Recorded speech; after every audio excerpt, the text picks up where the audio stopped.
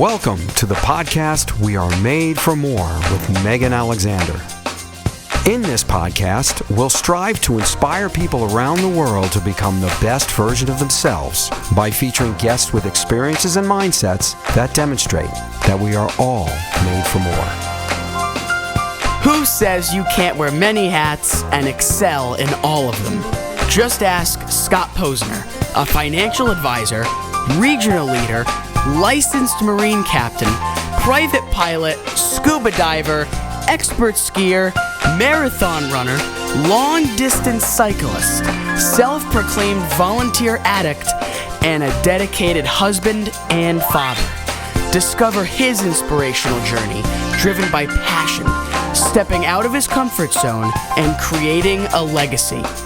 From an enriching conversation about his incredible family to how he ventured into the financial advising business, you're in for an incredible ride of motivation and life lessons. Join Meghan and Scott as they explore the joy of giving back to our communities and the promises we make to ourselves.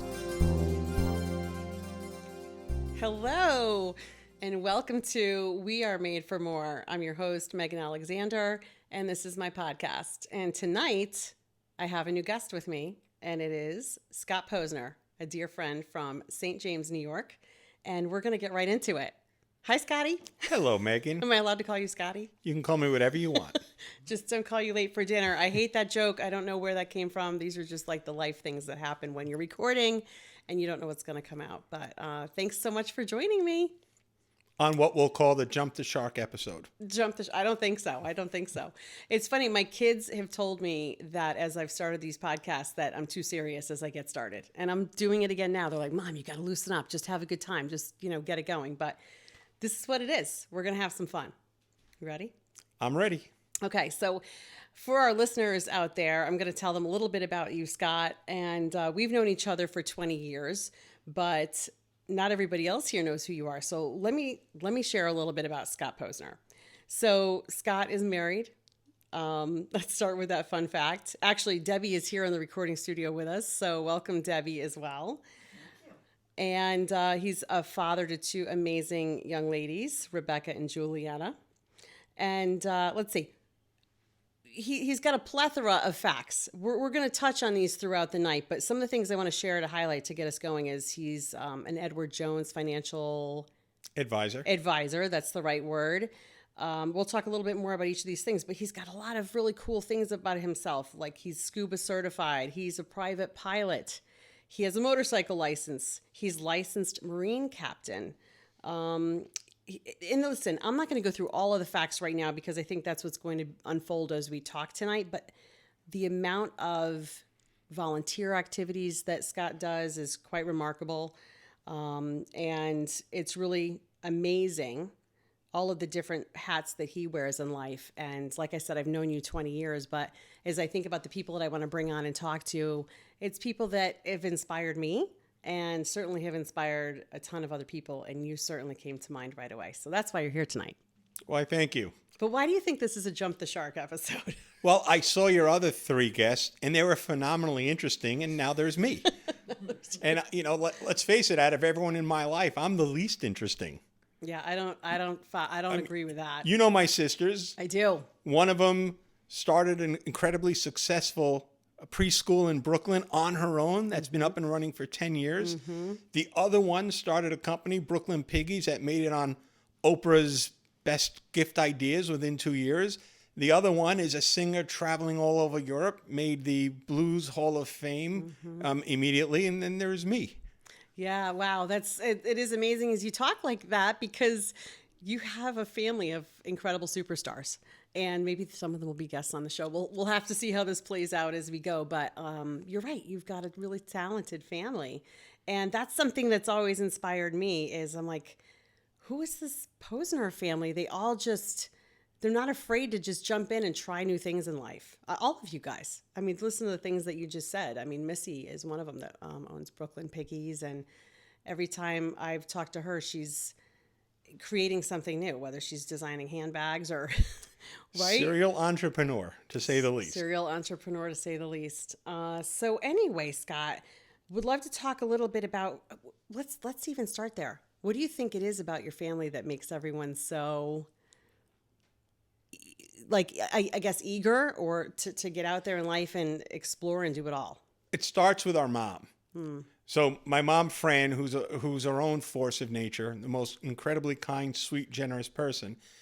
And wherever you go, I mean, anywhere, you're going to find someone whose life she impacted. We were sitting in a restaurant in Venice, Italy, and from across the room, we hear someone scream, "Is that Fran Posner?" Oh my gosh. She's been a Weight Watcher lecturer for over 40 years until she retired recently. And talk about making a positive, impactful difference. Right. And then our father was, I think the best way to describe him is Captain Kirk without the ship. He was his own incredible force of nature. They taught us very different things in very different ways. And I think that's led to each of my sisters being pretty amazing. And then Right. me just trying to keep up. You're so funny. You're so humble. It's definitely a quality about you that's evident, always has been.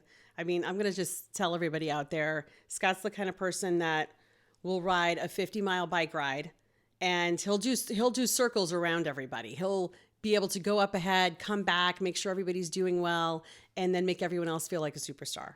Do you know that that's a quality about yourself?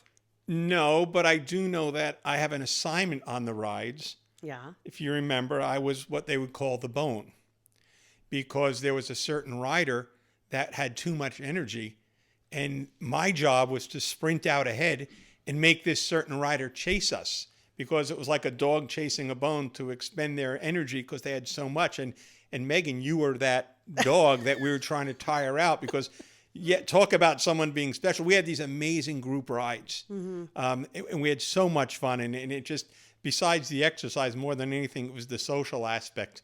And boy, you don't give yourself enough credit, because we were all suffering just to tire you out. Right. That's, yeah, gosh, just so funny. As you're sitting there, I'm like, you're talking about me?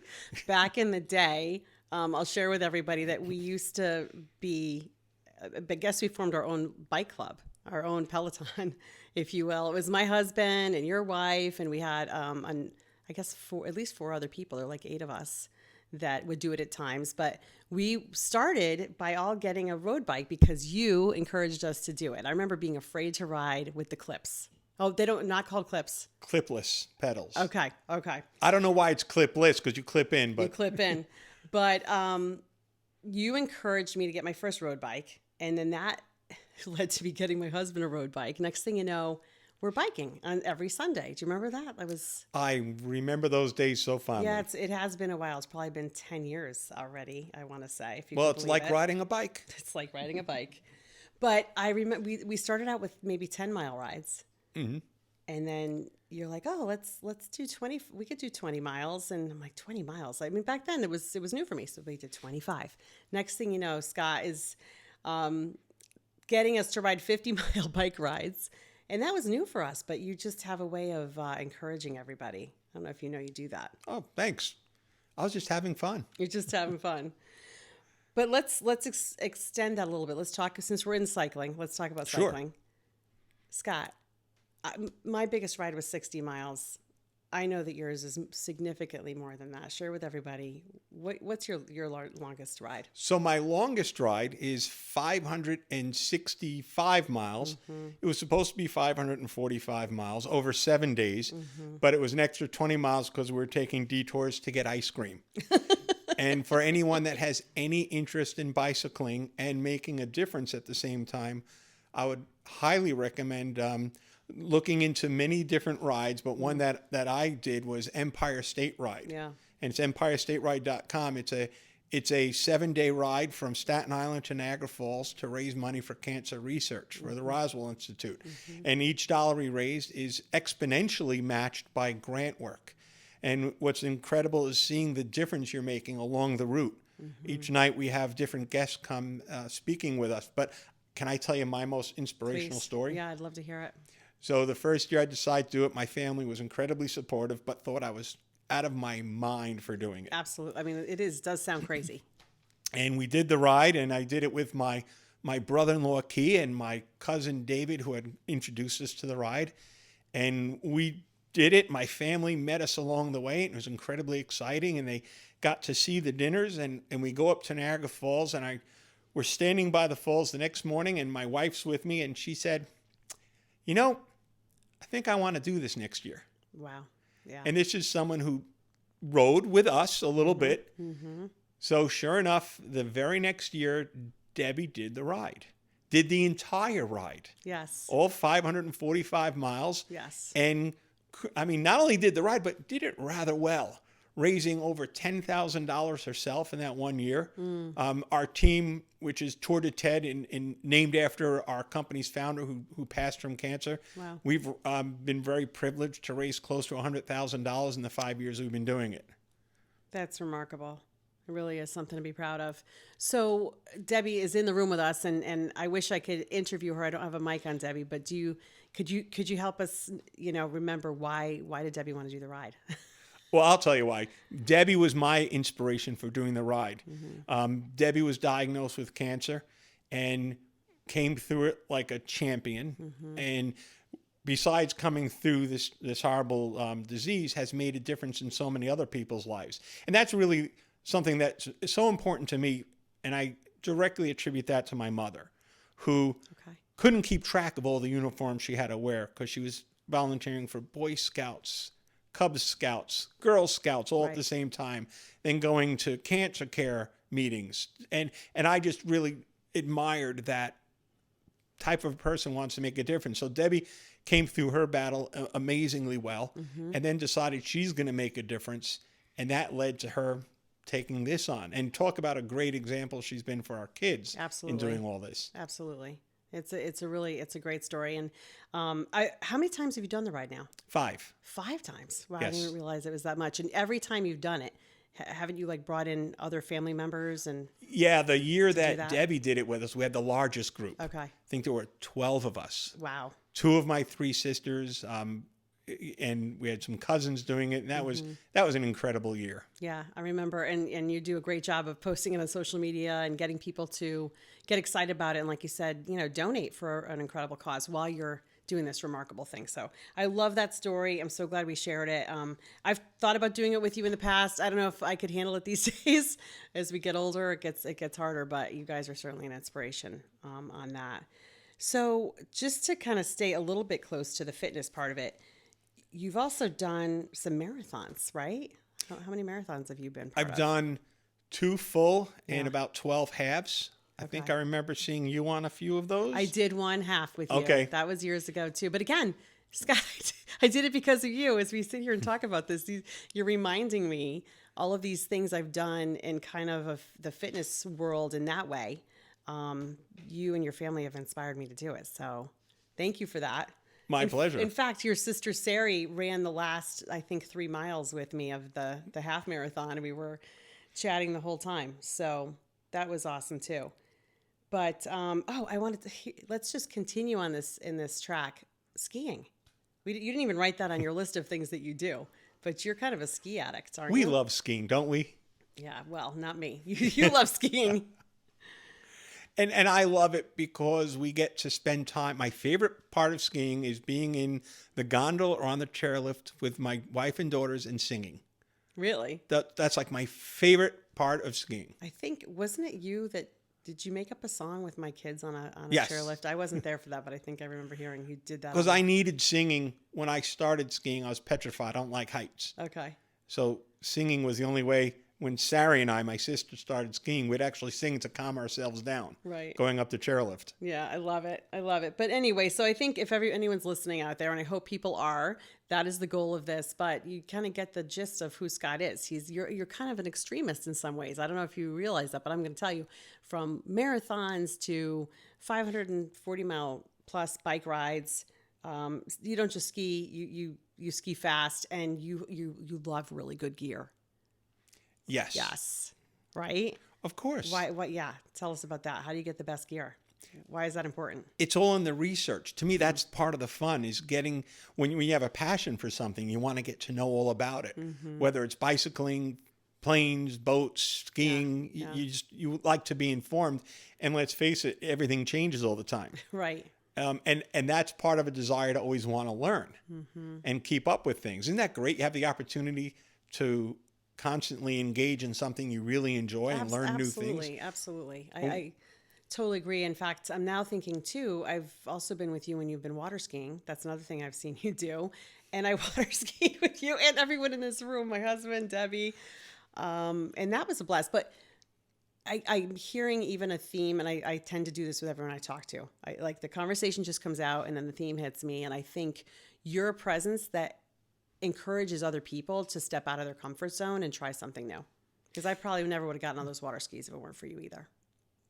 What's that old saying? No growth comes from your comfort zone. All right. That's right. You've got to get out of the comfort zone and try new things. Right. So what about you in your life? What have you done that's out of your comfort zone? Because it seems like all these things, you just go for it. Everything. Really? Though I was raised a very shy, quiet person. It wasn't until 10th grade where a classmate turned around and said, you're really too quiet. Okay. And then I decided I have to be a little louder. Or the first time I gave a speech in high school where I started talking and everyone in the front row's going like this, and I didn't know why. And then they finally said, stop. Okay. And I said, what happened? They said, you're talking so fast, no one can hear what you're saying, because I was so nervous. Mm-hmm. So then I decided I got to get better at that. I can read everyone's future. Okay, how so? And it's pretty bad, but we're all going to end up, right? Oh, there you go. Yeah, we're not going to be here forever. Right. And there's a wonderful poem. So friends that we both with, Liz and Jeff. Yes. Their boat is named The Dash. Mm-hmm. Great poem by Ellis. The dash signifies on your tombstone, mm-hmm. there's the year you were born and the year you pass. Right. But it's the dash in the middle that makes all the difference. I love that. So the key, and I think that's kind of what we live every day in our family, is what are you doing with the dash? I love it. How are you going to make an impactful, positive difference? Mm-hmm. We all have, you have kids. By the way, your kids need to be a guest. Thank you. You have the most incredible kids. What did you guys do? I don't know. It wasn't me. Right? And I look at our kids. Yours too. I just say, I'm incredibly lucky that I married really well. I have these great kids. You sure did. But that's part of how are you leaving? What wake are you leaving? Mm-hmm. In a boat, when you go by, there's a wake. Yeah. And sometimes that wake can be damaging if you're going too fast. Mm-hmm. Or if you drop a pebble in a pond, it creates ripples. What kind of ripples are we leaving during our dash? That's profound. I love these kind of moments in this conversation when you say that's what it's about, right? It is the dash. What are we doing while we're here? What difference are we making? What are we doing to leave it better for the people that come after us? Because let's face it, it's pretty good, right? Absolutely. And it's pretty good because someone before us did something pretty good. You bet. So there's no accident. So I think it's incumbent on us to keep making it better. I'm with you, Scott. I'm with you. So let's shift a little bit to your work life a little. You do work. Yes. Right? you made a good living, and we kind of kicked off by saying that you're a financial advisor here on Long Island. Do you want to talk a little bit about that? How you got into that? How did you get into that business to begin with? I got into it because I saw an incredible need in my own family. We weren't raised with financial literacy. Mm-hmm. My grandfather was the first one who taught me a bit about why you should invest, and it really changed his life. And I kind of found my way into it a little bit by accident. Actually, I found the company I'm with by a big accident.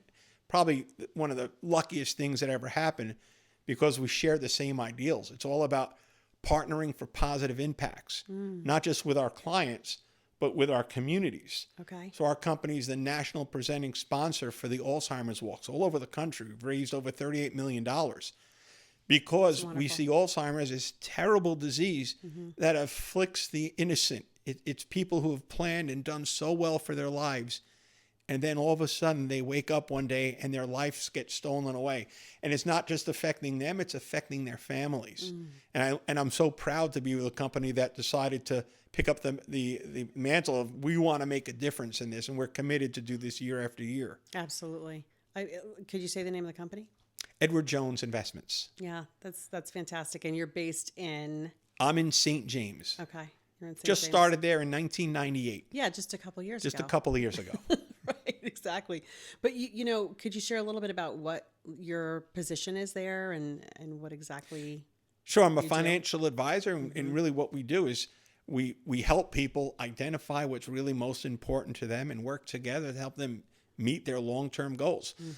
Not just financially, though. I mean, if you talk about how do you have a happy life, people make the mistake of money. Well, no, money's a part of it, but there's a lot more. Health. If there's no health, then money's meaningless. There's friends and family. What is your social connections? There's your purpose. What's getting you up every day? And then there's the financial aspect. Right. So I have the privilege of really getting to know our select group of clients, working in partnership with them. I've got a great office staff that helps us. Caroline, who works in the office, is absolutely wonderful. And we get to know our clients. We care greatly for them and help them meet the goals that are important to them. Yeah, well, you're doing really important work, and I'll just put a plug here for you because you're also a financial advisor to my husband and I. So we appreciate you, and I don't think enough people take those things that you just said into consideration. I think some people think it's not for them, or maybe they don't have enough money to put aside, or what have you. Because I have a lot of people in that category in my life, and you've helped us to see it doesn't matter like how much you have. It could be a small amount, but how are you going to save for the future? Because like you said, we're not here forever, and we're not going to work forever. Right? So how do you... Correct. Yeah. You're not going to, hopefully not. You might not. I mean, my father-in-law is 89 years old. Yeah. He plays tennis 4 days a week, Yeah, and he's well, still that's talking about his next fire truck deal. Wow. And here I am.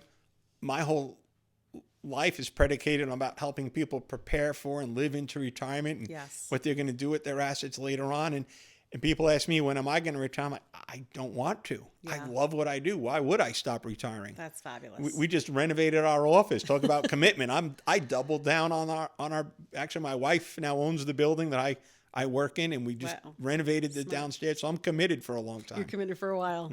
Very true. Very true.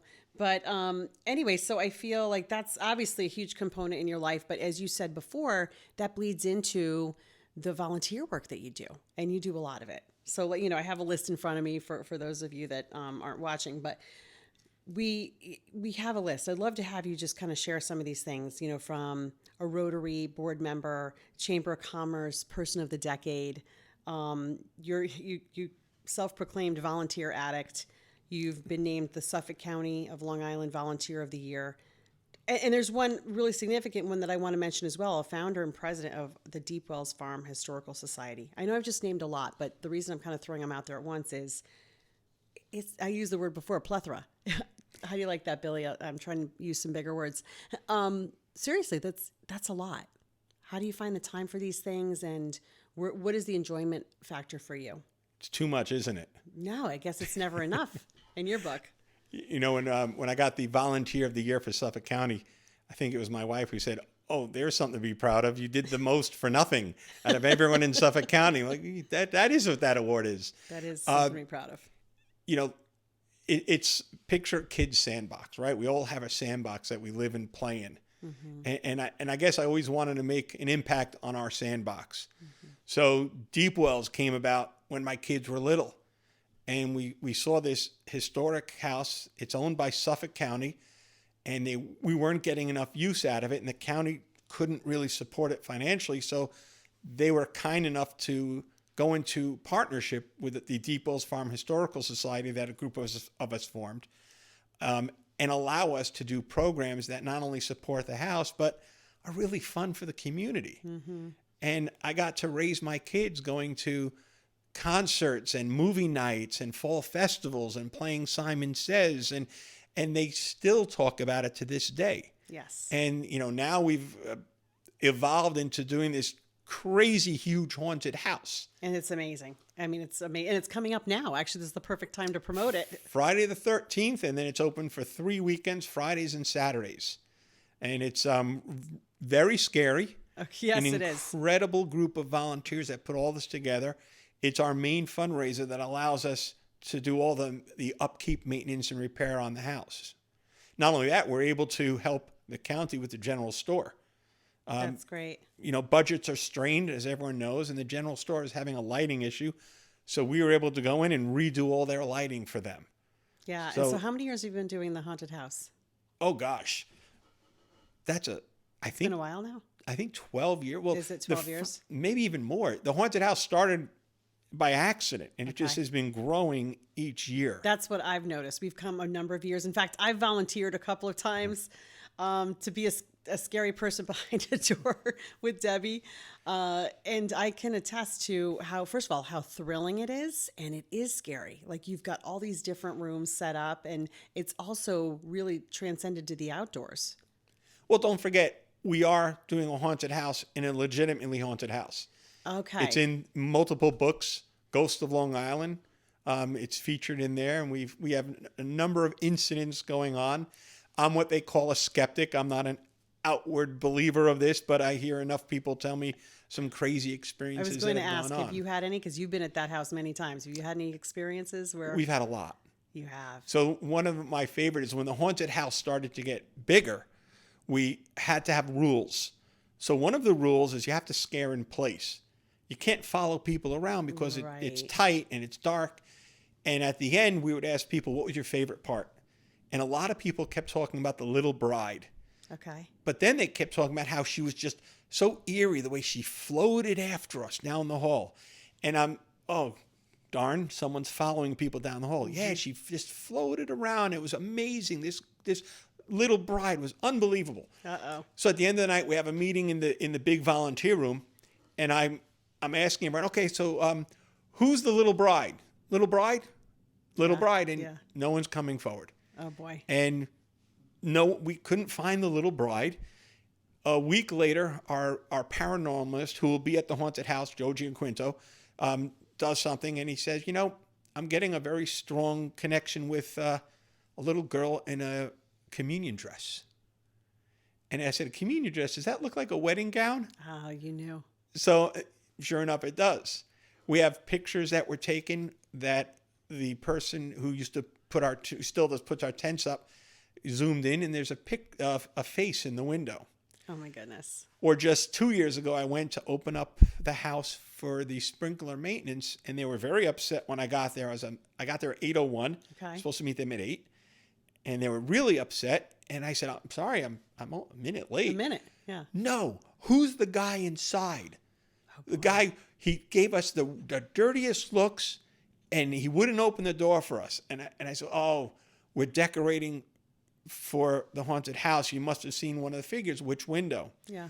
And they pointed to the back door at the parlor where we'd have all the music events, and there was nothing in that room.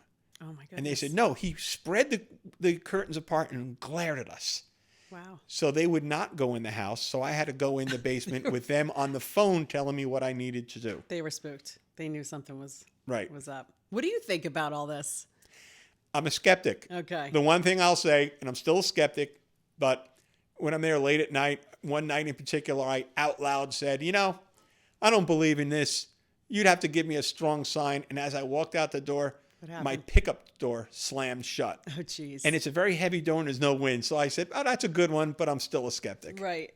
But you know what? You're there a lot, and you're still here with us, and Correct. everything seems okay. And so I'll take another moment to plug the Deepwells Mansion. It's October right now, and you're doing it, did you say Friday and Saturday nights? Starting Friday the 13th. 13th. And then it's 3 weekends, Friday and Saturday nights only. That's fantastic. Tickets are available online if you go to Deepwells. The Facebook page will get you there. We'll definitely promote it, everybody. But I've been there, and it's a blast. So I highly recommend checking it out. But you do a lot of things for fun too. Like not that any of the things we just said are not fun, but some of the fun facts about you that I love, we kind of mentioned some earlier, is, you're scuba certified, you're a private pilot. Like, we're talking about airplanes, everybody. You drive a motorcycle, and you own a boat, and you became a captain. So, like, I know you talked earlier about, a little bit of inspiration in your life from your parents to kind of just jump in and do things. But is there anything you haven't done yet that you still want to do? Well, if you notice, it's all about going places. Yeah. So I want to be sure, if needed, I can fly, ride, dive. I can get places. You sure can. The flying, I got to blame my wife. She bought me my first flying lesson. Oh. It's something that I had aspired to do since I was 5 years old. My first book that I ever read was Stick and Rudder. My father was an Air Force pilot. Oh, I didn't know first that. generation fighter jet pilot. Okay. And I always wanted to be like him and do that. But it wasn't until Debbie bought me my first lesson. Go, Deb. I'm a big comfort zone person. Believe it or not, it's hard for me to move. But I see that as a constant challenge. And look who I live with. You know, I have Debbie who does this incredible bike ride without the prep and training that I did. You know, she did train a little bit. I did it with my sister one year. Yes. Who didn't train at all. But didn't both sisters, well, Missy and Missy Sarah did some it, right? training at Yeah. least. Sari did it and didn't train. That's, yeah. Just She just with jumped in. sure force of will, decided I'm going to do the ride on a bike that didn't even fit right. Maybe this will inspire other people to do the same, to do this ride too. 'Cause Well, I would advise getting ready for it just a little bit at least. a little bit of training. So, A little bit. So you're not so stiff. Make and it a you're more not hurting. pleasurable experience. Yeah, exactly. But what out of all the things I just mentioned, are any of those like more of a favorite than the other? From scuba diving to piloting a plane, or? So when you started, you introduced me, you said, first thing was my wife. Yes. Second thing was my kids. Yes, I did. Okay, so that's my priorities. And what I love about every one of those things is that it all involves the family. From flying, one of the things you do when you're flying an airplane before you start the motor is you scream, clear prop. You don't want anyone standing near the prop. Okay. And one of my thrills was when my daughter was old enough to fly with us. Her job was to scream, clear prop. It came out clear pop usually. But all those things are just a thrill because I get to do them with my family. My older daughter became scuba certified. And we had Rebecca did. Rebecca's Wow. scuba certified. Oh, right. I did know that because you talked about that you've seen sharks under there, of course. And I made the mistake of showing Debbie the picture of Rebecca with about 30 sharks behind her. Gosh. Had her sure it's safe. And then Rebecca, who you know as very soft, right? Gentle. I have these two kids that take after Debbie. Debbie did all the traveling when she was a kid. My version of traveling was Epcot. I can see everything in one day. I love Epcot. But we have these kids that are so daring. Yeah. You know, Rebecca went for her open water dive down in Florida where the visibility was about 3 feet. Good for her. And she's down there and you have to navigate by compass. And so they let me go down to watch the test. Yeah. And I was petrified for her because she had to swim away by compass, turn around and swim back. But with no visibility, how do you know if you're off 1 degree, you're not going to see us? And I counted because she had to make 25 kicks out. And I'm counting. And in my head, it was now, +1. She should be back +2, +3. Right. She's off 1 degree because when you turn underwater, how do you know? Luckily, she knew how to use her compass, and at +5, there she came out of the murk right at us. Okay. And afterwards, I said, Rebecca, what would you have done if That was you my couldn't question. have What found did she say? Right away, she knew lost diver, surface. Okay. She knew the answer right away. Yeah. And then we have our younger daughter, Julie, another adventurer. She decided to study abroad and wanted to go where she didn't know anybody. I can't believe this. She just left, right? I wouldn't do that. Recently. And then she left again because she's teaching English now in Valencia, Spain for an entire year. And again, picked a program where she knew nobody. It's where she wanted to go. Yeah, good for them. You So must that- be so proud of these girls. That's not me. Well, No, okay. that's Debbie. All right. Okay. This is, listen, kudos to your whole family. It's amazing. But you don't give yourself enough credit. I'm just going to put that out there. And I know those listening now that know you, like I do, will say that I'm right about that. Well, I'm sure my mom's probably the only one left at this point. So, Hi, Mom, Fran. Hi, Fran.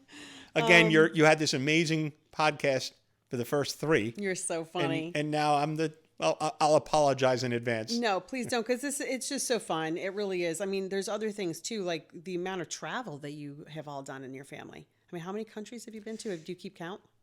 I think 27. Yeah. But my daughter's, Julie's over 30. Is she really? She's over 30 traveling because more? she went, and now who knows what she's going to be up because she's still exploring. Yeah. Don't forget, I didn't like traveling I didn't until know that. Debbie was the one who introduced me to traveling. Okay. She introduced me to vegetables also. You know, it's funny. In a You lot guys of, are a good match, apparently. Yeah, and I'm not going to say Debbie changed me, because I think change is an insult. You know, she didn't marry me wanting to change me, but she helped me evolve. That's a perfect partner. And I got to where I am now because of Debbie's guidance there. And I think we've both helped each other evolve in different ways. And I think our daughters are kind of the culmination of our ongoing involvement. I mean, I look at them and they're way ahead of where I was in their courage and willingness to do things. Well, you're right though. Like I've watched, again, known you 20 years. I've watched you and Debbie motivate each other. I've seen you motivate her as well. We've been fortunate enough to be on some trips with you with other friends, like up in Vermont, for example. And I remember a day where we all went out on a bike ride, and we did a great bike ride. We went up these mountainous hills, and it was a beautiful view. And then we got back, and then we went for this huge swim. And then it was like, what didn't we do? But I think watching you and Debbie inspire all of us. And then, I forgot to mention this. You're a boxer. Next thing you know, you're teaching us all how to box. Right? You remember that? So we started that day with a hike. Yeah, okay. Then we forgot about the hike. We did a bike ride. and I do have a video of you, because at the end of the bike ride, and it was after a lot of hills, and we were exhausted, and now we're on a dirt, gravelly road. Yes. And Meghan decides to take off. I did. And she looks back and screams, "Kick it into high gear," as she takes off into the dust. And I fortunately have that on video. I did. And it's that spirit that, that really, I think that's what it's, I love the title, We're Made for More, right? Yes, we're made for more. I love that, because how many of us, I don't think any of us are living up to what we could be doing. Yeah. Because I don't think we wake up with the right mindset typically. I love that you're saying that. Tell me more. Why do you think that is?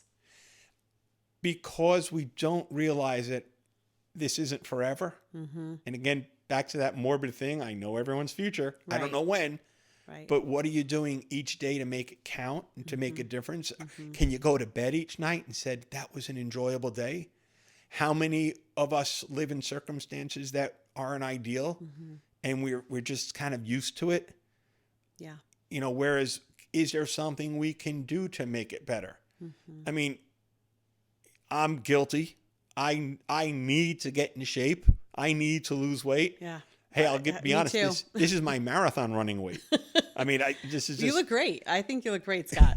The good thing about being this weight when you run a marathon, people cheer like you wouldn't believe. What do you mean? I was running I had a running group out of St. James. Yeah. And they're all really skinny, and they look like runners. Yeah. And you run the New York Marathon, we were told, put your name on tape your name. So we all had our names in tape, and we're running, and all you heard was people cheering for Scott. And I'm running with two sisters, Donna and Nicole in particular, and they said, you know what? Move, because I was at the edge, and they thought because I was closer. So they made me run in the center, and they got to the edge. So people would call for that. Nope. They're cheering Scott because you don't see a lot of big guys like me running a marathon. Well, good for you, first of all. Good for you. I mean, I think, again, here you go again, selling yourself short. But Well, we have our own category. They call us the Clydesdales. How's that for it? Well, the Clydesdales are beautiful. So I just want to say that. They're beautiful, a beautiful creature. I want to be a thoroughbred. I'm in the Clydesdale category. But you're talking about we are made for more. I'm glad you touched on that. Clearly that is something important to me. I keep saying this on every episode at least once, that what did we come here to do? Does anyone ever ask themselves that in a given day? It's so easy to get wrapped up in our lives, and whether that's work or what you're doing, or right now I'm going through college application process with my son, or the amount of activities my daughter does, and those are all great things. That's our life. That's what living is. But sometimes I think we get so wrapped up in the things we do that you just said it. Did we say at the end of the day, did I have, was that a great day? Do people ask themselves that enough? Or you just go, oh my God, I'm exhausted, I'm going to sleep. Do you know what I mean? Right. The pause. That thing, when do you cherish it? When do you think about it? I think I have a little hope for the younger kids than I do for my generation. And I look at my in-laws. Unfortunately, we lost my mother-in-law, Joan, back in July. I'm so sorry. And Joan knew how to have fun, and her amazing husband, Ralph, they know how to have fun. I mean, they love tennis. They play all the time. They were the ones who had the parties where they would dig a hole and put a pig under the ground and bury it and roast it all day. They would take their kids places I've never heard of. You know, my father-in-law is part of the original Explorers Club.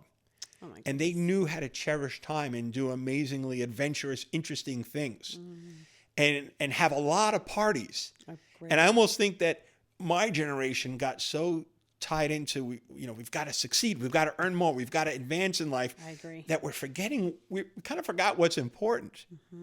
And is it who we are? Is it what we do, or is who we are who we are?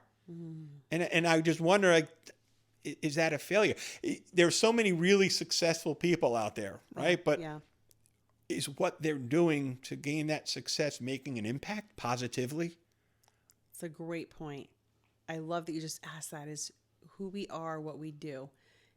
Maybe it is, but maybe it isn't. I think some people define their success by exactly that. Like, oh, did I reach this certain level? Right? What is that? And it's different for everybody.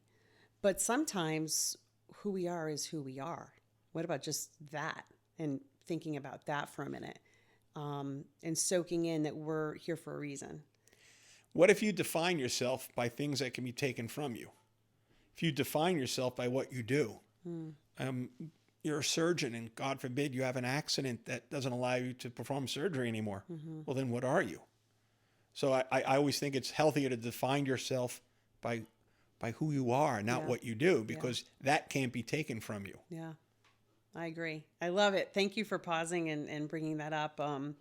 It's definitely an important part of why we're doing this. And, you know, like I said before, I wanted to bring you on here. First of all, you have a really interesting life. I'm here to tell you that. You may not think it, but Scott, it's like so fun to read through the list. And there's more. I mean, like we talked that you're a boxer, but aren't you also ordained? Yes, some way? I'm an ordained minister. Yeah. I had the absolute thrill. This is going to sound bad when I say I married my sister. I performed the wedding ceremony for my sister. Yeah. I also performed the wedding ceremony for my nephew Tyler and his wife Nicole, along with her stepdad. And it just, I became ordained because I saw this great opportunity to do this really cool thing that I enjoyed doing. And actually, I also performed at my other sister, Sari's wedding. I know, that's amazing. And anyone can become ordained. It's an internet course. So is it? Does it take a long time? It's not that hard. It's not that hard. But I think, you know, as we keep going through it, I love just that it's almost like if there's something to be done, you're the guy that jumps in and does it. That's yeah, no, you're giving a look, but it's true. And I could see out the corner of my eye as Debbie, his wife, is nodding yes. And it's true. You're that guy that jumps in and does it. And that's the thing. Oh, I'll get ordained. I'll go get my captain's license. So I think that's really inspiring for all the people that are. I think a lot of people are like that. You do? I mean, I do. I look at you and Billy. I look at the entertainment you provided for a whole bunch of us during COVID, the lockdowns where Thank you. where we were excited. We were giddy about watching the broadcast and the music. And it was just, it was a highlight. Thank you for saying that. That was a fun show. For anyone that doesn't know, we did a show during COVID. We called it An Evening with the Alexanders, and we featured really my husband playing piano, and the piano is behind you, Scott, in this video clip. But thank you for bringing that up. But you're right.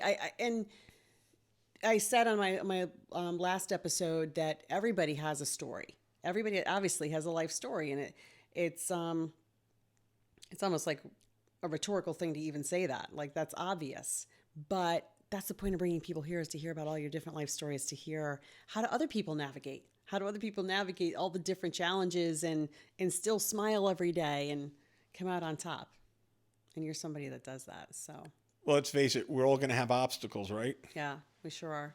You know, and I watched my wife go through a pretty serious health challenge, and I watched her make a conscious decision how she was going to handle it, and she handled it with humor, yes, with positivity. We actually got in trouble once during a chemo session for making too much noise. We were having so much fun with the other couple that were near us. The next time we went back, we got put in chemo detention. Because we went to the nice chemo room and they said, "Oh, no, you're in chemo B today." We never heard of chemo B.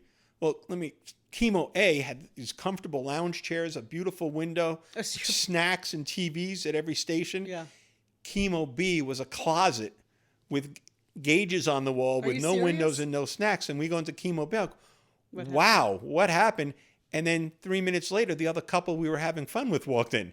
So then we got a laugh out of, oh, we got put in chemo detention. That's hysterical.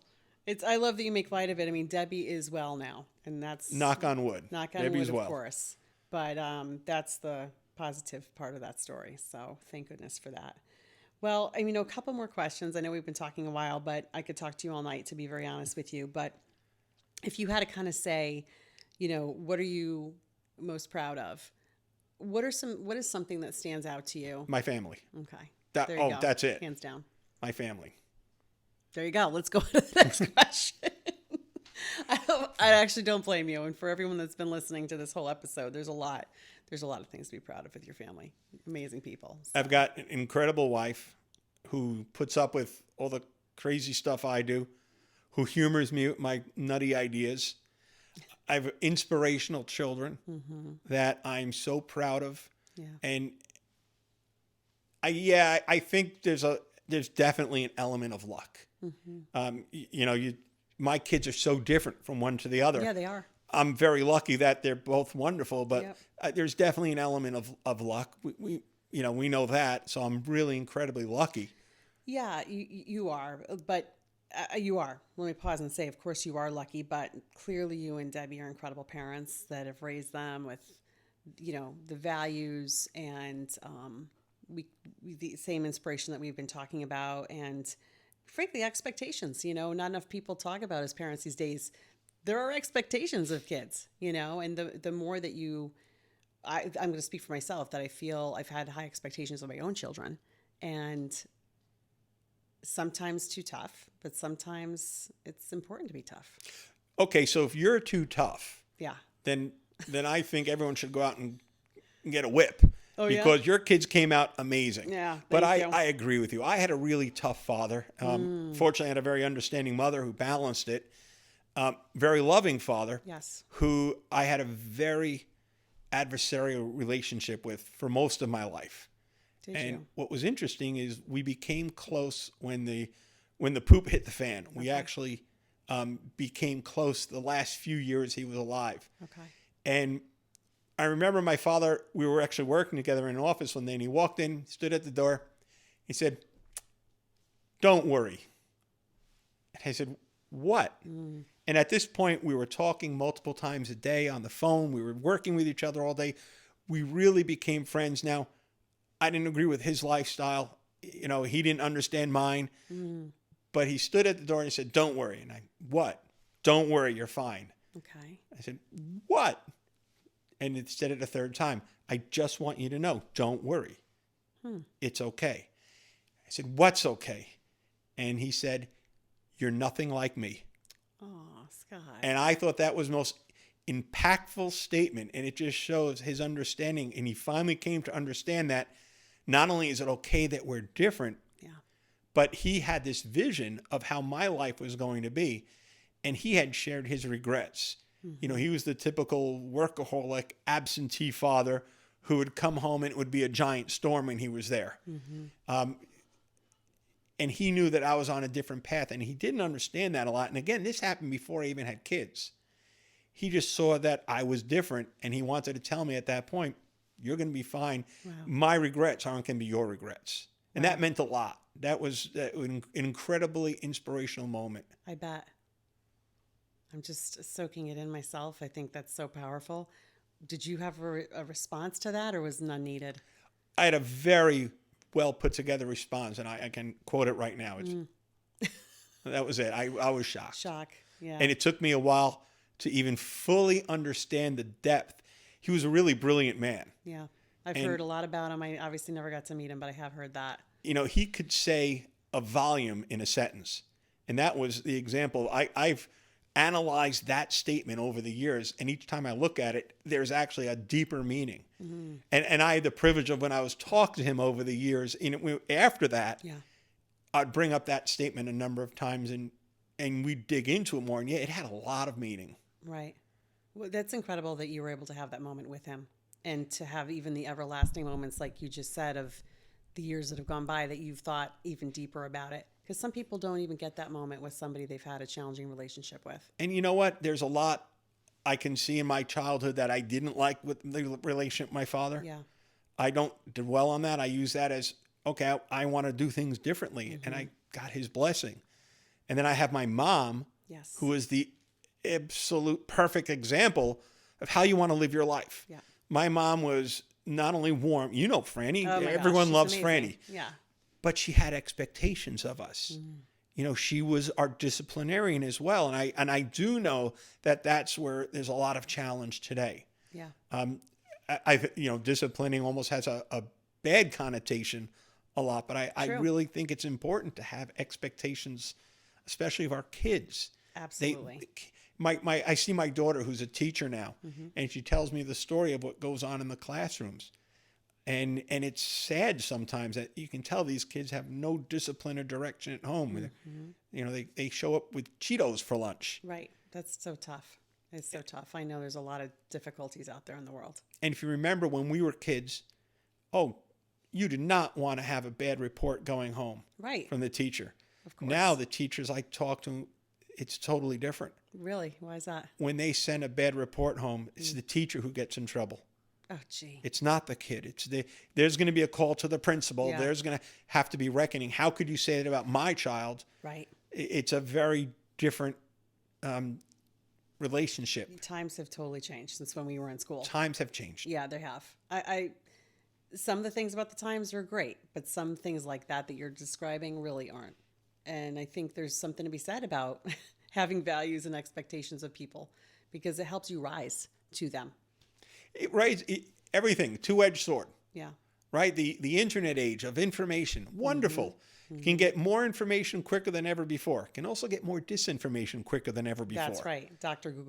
Google, for example. And don't get me wrong, I love Google, but we diagnose ourselves at home and oftentimes we're wrong because we're Googling it and not getting the right information. But I love what you just said, the age of information. And I heard Tony Robbins say recently, we're in the age of information and what we're lacking is the age of wisdom. If you think about that, because it is information at our fingertips, but we don't necessarily use wisdom to complement that all the time. And that's the part we all have to focus in on, if you ask me. Well, we have AI now. Why do you need to think at all? Well, there you go. There you go. So good transition. We've heard a lot about your life philosophies. Is there anything, Scott, on your bucket list still? I'm sure there is. What's on there? It's funny. I don't really. I would have to say, doing great trips and adventures with the family. Yeah. You know, that's it. We just came off. My father-in-law came up for the week. We had an incredible experience. We got together with 44 of Debbie's cousins That's wonderful. out in Mattatuck. And I love each. This is the second year we've done this. And what's great is each year there's someone comes that I never met. Really? And I walked Big up family. to a guy and he's like, I don't even know who this is. Like, hi, I'm Scott. And it turns out it's one of Debbie's cousins who I never met, sons that just moved back from Florida. And it's just an amazing experience to come together with family. Yeah. So- I think that's great. That's a big family. Yeah, one of her cousins, there's 10 kids. Okay. Just so you know, I have 2 cousins. Just to put that in perspective, I literally have 2. So I love hearing this. I'd I love have to come 4. to a cousin party. You have 4? Okay. I have 4. All right, Deb, we'll come to one of your cousin party. So as we kind of like wrap up here a little bit, before we do, just a couple little fun questions. If you were a superhero, who would you be? Oh, I know. I have to throw a zinger out there. is there a superhero that can get through the buffet table quicker than any superhero? I'd be that one. That's you? It's funny. I had this conversation and one came to mind. Okay. And I forgot who it was. The guy that can stretch a lot. Oh, is that Elastic? Elastic. I like being flexible. Ah, So there was I like something that about one. that. And then the Flash. the Flash. I like getting stuff done quick. Okay. All right. But these are just fun questions. You to never me, know. I want to be the superhero that my kids look at and think I'm a hero. They do. And you That's- know what, Scott, that's the perfect, to encapsulate this conversation. I know that they do. So we do a program through Rotary. I'm with the Smithtown Rotary. One of the programs we do for many years was give dictionaries to every single third grader in the school district. and we talk a lot about different definitions. And one of the things we talked about was heroes. And what's the definition of a hero? And I think too often we think a hero wears a cape. Right. So we drill down and the kids say, well, a hero makes things better. You know, a hero helps people. And we ask, okay, who in this room is a hero? And they think about it and our teachers. Those are heroes. So I want to be that superhero that makes a difference without a cape. Unless it's during Halloween, then we wear capes, we wear all kinds of crazy things. I love it. Well, if you haven't been told lately, I'll be here to say you definitely make a difference. Thank you. I've got the list of all the things that you do for all these incredible charities, and so thank you for all that you do. I'm definitely going to post some of this as we when we post the episode. But even an elf at the annual Angela's House holiday party, I know that you've done that as well too. Is there anything else that I've missed that you'd want to share with everybody? Can I touch on that a little bit? Please. So Angela's House is a wonderful, wonderful organization run by Bob Policastro, where they care for medically fragile, terminally ill children. And Bob does this incredible thing where he has the entire IBEW Union Hall in Hauppauge. They do a 2-day party, and they bring the kids in. And I always struggle getting people to volunteer because it's tough and emotional. A lot of these kids are in rather fragile situations. Wow. But what's amazing to me is the spirit of those kids. So they come in wheelchairs, a lot of them, and we're trying to have a great day for them and their siblings. But the attitude and the positive energy that comes from them, and then I go usually from there to a tree lighting in town where a lot of young kids are, and I'm troubled sometimes because some of those kids aren't nearly as happy as the kids that we see through Angela's House. Wow. So we take so much for granted. We do. And that's where volunteering for things like that can kind of help reset people's expectations. I love that. Is there any, could you share any words of advice for people that have thought about volunteering but don't know how to get started? Like I've had people ask me, because I've done a few things myself, well, what can I do? Call. Yeah. There are so many organizations out there. Pick one that you're interested in. Ask people and then call them. Say, I would love to help. What do you need? Yeah. Show up. That would be great going into this holiday season as another plug for everybody to just let's if you're listening out there and you've thought about volunteering, pick up the phone before Thanksgiving and try and just offer your services. What can you do for 4 hours? So here's a simple rule we try to live by in our house. Okay. And it's a question. What if everyone? What if everyone? What if everyone, and I'll pick a behavior. What if everyone threw their hamburger wrapper out of their car window? Well, that wouldn't be good. No. What if everyone picked up a wrapper? What if everyone volunteered to do something? What if that question can kind of direct you in a lot of ways to, well, how can I make that, if you want to, make a positive, impactful difference? Okay, that is something I'm taking away from today, and I'm going to apply that to my life tomorrow. I'm not kidding. So everybody, what if everyone? Start your day with that question or put it somewhere in your day and follow it up with a really good question. And maybe we can all do that for ourselves to make a difference. And here's the secret. Yeah. The more you give, Yes. the more you get. Yes. Can you tell a little bit more about that? Well, it's like anything else. It's like investing. The more you put into it, the more you get out of it. With giving, it's so spiritually fulfilling. And then you get to see it make a positive impact. It can't not make you a happier, better person and more appreciative of what you have. It makes you focus on what you have instead of what don't I have. I love it. That is a perfect way to wrap up this conversation, Scott. Thank you so much. As we go into this holiday season, I hope everybody, and I know it's October, but the coming months, there's a lot of holidays coming up, and think about that. Like the more you give, the more you get in return, and the better you feel, and the more appreciative you are of what you have. So and I'm going to make a promise to all of your viewers that I'm sure number 5 will be better. Hang in there. We made it through Jump the Shark. This is not Jump the Shark. I actually had a lot of fun. I know it's funny too, because knowing you as a friend, here we are in like a serious environment, but I can't thank you enough for doing this with me tonight. My pleasure. Thanks for having me. You're the best. All right. You are. Talk to you soon. You got it. Thanks, everybody. Peace out. Well, that's it for today. Thank you for listening. If you like what you heard, bookmark this podcast and follow Meghan on Instagram. Okay, now for the disclaimer. This podcast is solely for educational and entertainment purposes. Meghan is not a licensed therapist, and this podcast is not intended as a substitute for a physician, professional coach, psychotherapist, or other qualified professional. The host of this show and Edwin Jones have an existing business relationship. This event is not a testimonial of the services provided by Edward Jones financial advisor, Scott Posner. Goodbye, everybody.